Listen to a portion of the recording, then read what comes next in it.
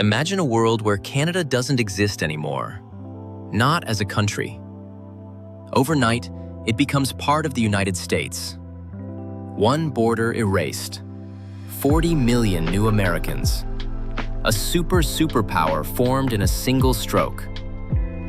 So what actually changes? For politics, economics, culture, NATO, and the global balance of power. First, sheer scale. The US is roughly 347 million people today. Canada adds over 40 million more. Together, nearly 390 million. That instantly becomes the largest combined population of any advanced democracy on Earth. And geographically, the new United States stretches uninterrupted from the Mexican border all the way to the Arctic Circle. Economically, it's a shockwave. The US adds Canada's $2.4 trillion economy on top of its $30 trillion powerhouse. The Canadian dollar disappears. Everything runs through the US dollar and the Federal Reserve. That means no exchange rate volatility, but it also means Canada loses all control of monetary policy, interest rates, inflation, banking rules, everything. The new megastate becomes an even larger magnet for global capital, but also more exposed to synchronized economic cycles. Politically, this wouldn't be one new state, it would be several.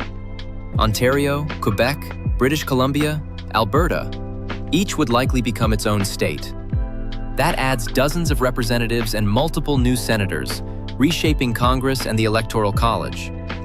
Canadian political culture, more centrist and more social democratic, collides with America's polarized system.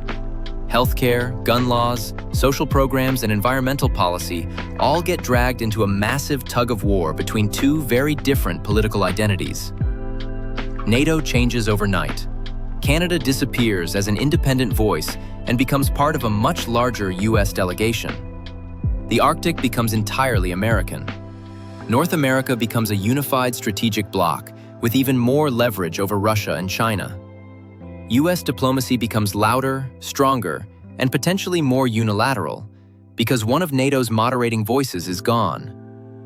Culturally, this is where the real friction begins.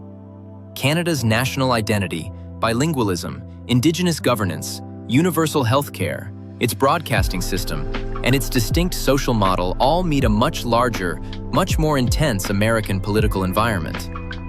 That tension would last decades. Institutions don't merge cleanly. Identities don't just disappear.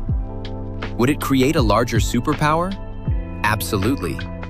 But would it preserve what makes both countries unique? Probably not. So, would this trade-off be worth it? Let me know in the comments.